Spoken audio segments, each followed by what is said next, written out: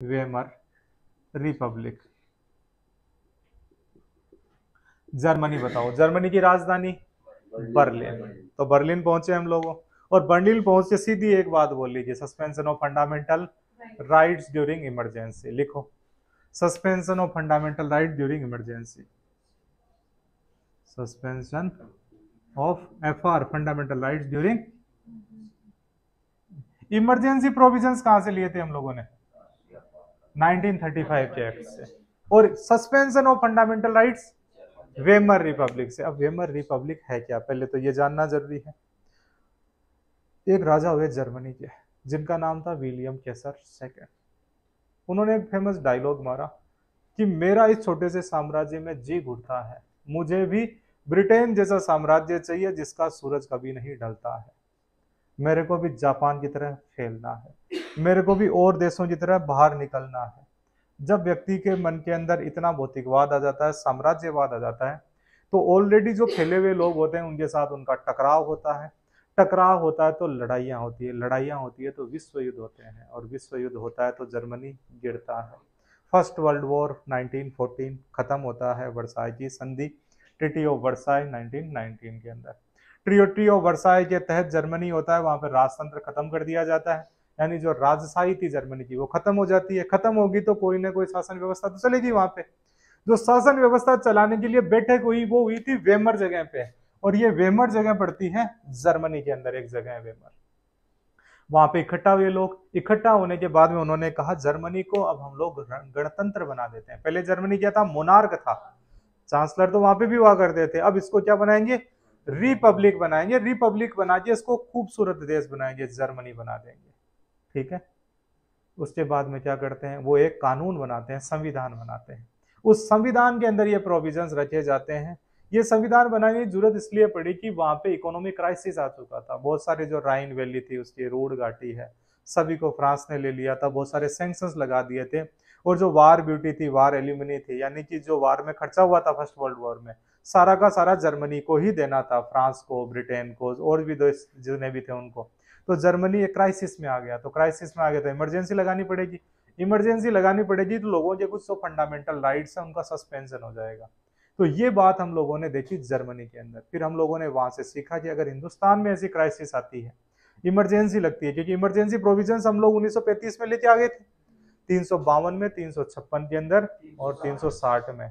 इन्होंने कहा national emergency के दौरान हम लोग कौन कौन से सैंक्शंस लगाएंगे, फंडामेंटल राइट सैंक्शन। कब नेशनल इमरजेंसी के दौरान कौन से फंडामेंटल राइट्स नहीं रहेंगे, ये चीजें कहां से लाए, वेमर कॉन्स्टिट्यूशन के अंदर। उसके लिए दो आर्टिकल बने हुए हैं, एक आर्टिकल 358, एक आर्टिकल 359, 358 एंड 359।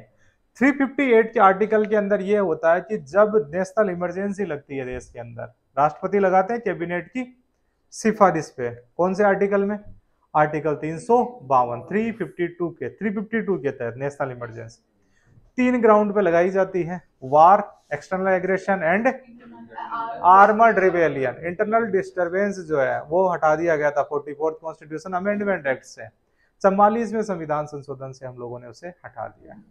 तो इस वेमर कॉन्स्टिट्यूशन वाला प्रोविजन डाला आर्टिकल 358 में कि जब कभी भी नेशनल इमरजेंसी लगे राष्ट्रपति के द्वारा, उस दौरान आपका एक आर्टिकल होता है आर्टिकल 19, आर्टिकल 19।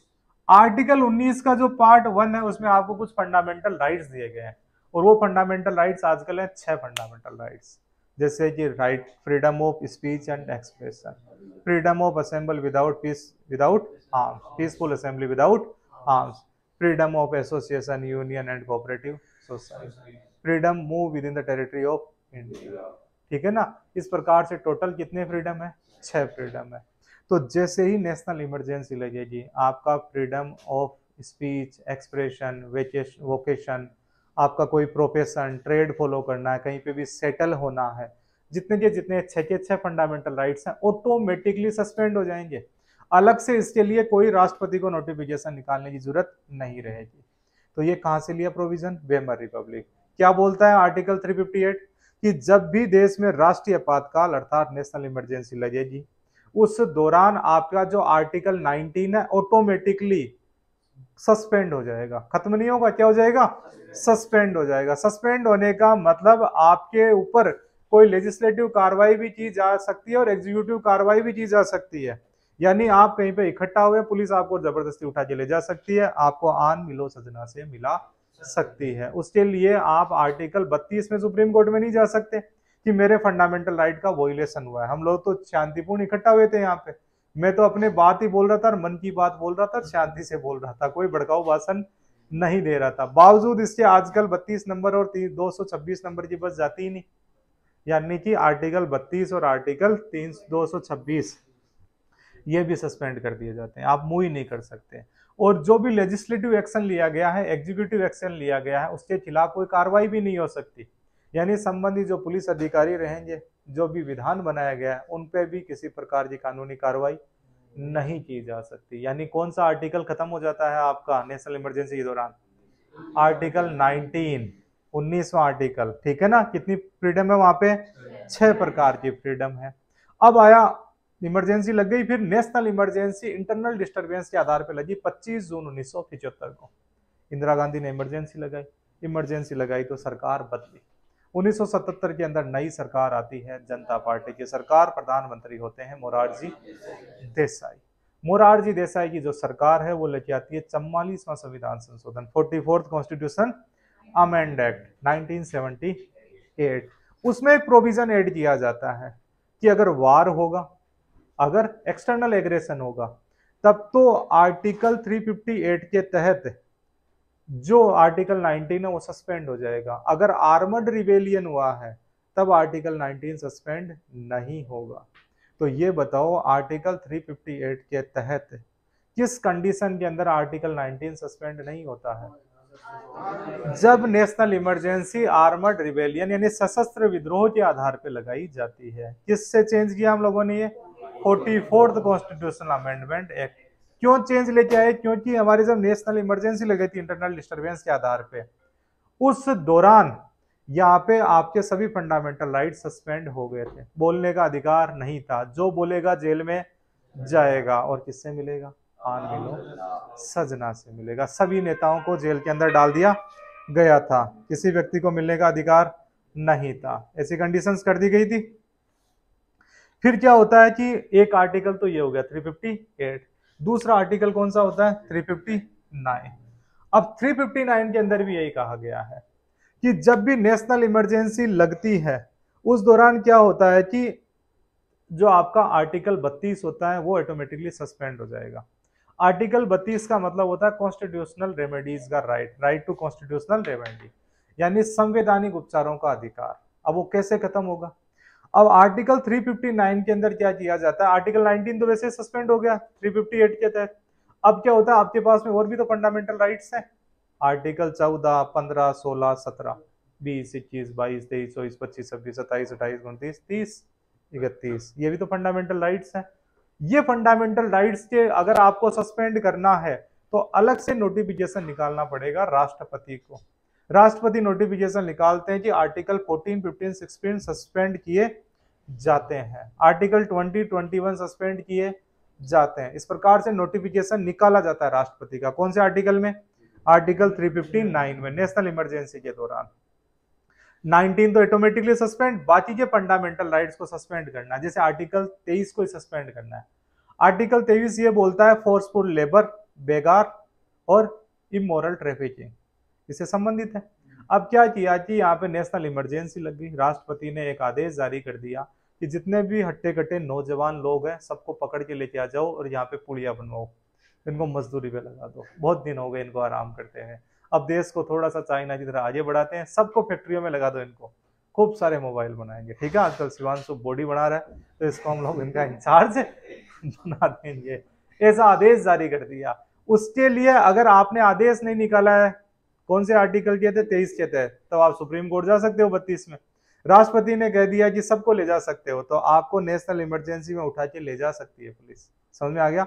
अलग से आदेश निकाला गया है। हम लोग वहां पे नहीं कह सकते मैं नहीं जाऊंगा, कौन नहीं जाऊंगा, मैं तो कौन नहीं जाऊंगा, जाने ही पड़ेगा हर हाल के अंदर। कौन सा आर्टिकल? आर्टिकल 359। अब क्या हुआ, ऐसी कंडीशन बनी 1975 में। फिर वापिस कौन आई? जनता पार्टी की सरकार। तो सरकार आई तो उन्होंने कहा कि साहब 2 आर्टिकल है उनको आप किसी हाल में सस्पेंड नहीं कर सकते, आर्टिकल 20 एंड आर्टिकल 21। आर्टिकल 20 और आर्टिकल 21 को सस्पेंड नहीं किया जा सकता है आर्टिकल 359 के तहत। 20 के अंदर तो होता है protection against the conviction of offences, यानी जो अपराध किया है उसके विरुद्ध में आपको कुछ प्रोटेक्शन मिलते हैं आर्टिकल 20 के तहत। यानी खुद के विरुद्ध गवाही आपकी मान्य नहीं होगी, यानी खुद को बाध्य नहीं किया जा सकता कि आप खुद के विरुद्ध ही गवाही दो। एक होता है उसके अंदर आपको नो डबल जियोपार्डी, एक अपराध के लिए दोहरी सजा नहीं हो सकती। एक फिल्म भी देखी होगी अमरीश पुरी की, अमिताभ बच्चन की, उसमें सजा हो जाती है, देखिए अंधा कानून होता है, नो डबल। रजनीकांत भी होता है, रजनीकांत उसी से फेमस हुए थे। एक इसके अंदर क्या होता है, नो एक्स ऑफ, क्या होता है, रेट्रोस्पेक्टिव इफेक्ट होगा। जो क्रिमिनल कानून होगा उनका रेट्रोस्पेक्टिव इफेक्ट नहीं होगा। मतलब आज अपराध किया है तो आज का कानून ही आप पे लगेगा, कि भविष्य में कोई कानून बना दिया पुराने अपराध के लिए दोषी नहीं ठहराया जा सकता क्रिमिनल लॉ के अंदर, ठीक है ना। ये तीनों पॉइंट आर्टिकल 20 में आते हैं, तो ये सस्पेंड होंगे आर्टिकल 359 के तहत? नहीं होंगे।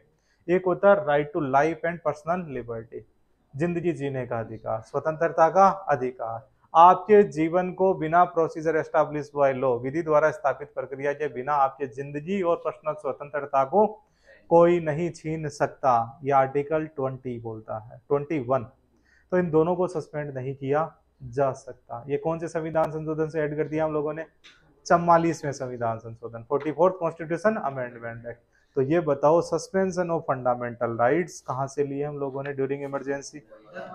Weimar constitution. और ये वेमर संविधान था लगभग ये 1918 से लेके 1933 तक चला था। कहां से लेके? 1918 से 1933 तक जर्मनी के अंदर इन्हीं लोगों ने शासन किया था। कब से कब तक? 1918 टू 1933। 33 के अंदर एक व्यक्ति आ जाता है, हाइट कम फाइट ज्यादा, वो चांसलर बनता है व्यक्ति। कहाँ का? जर्मनी का। नाम क्या है उसका? हिटलर। एक नाम ही खतरनाक हो जाता है, हिटलरी व्यवस्था, ठीक है ना। ये 1933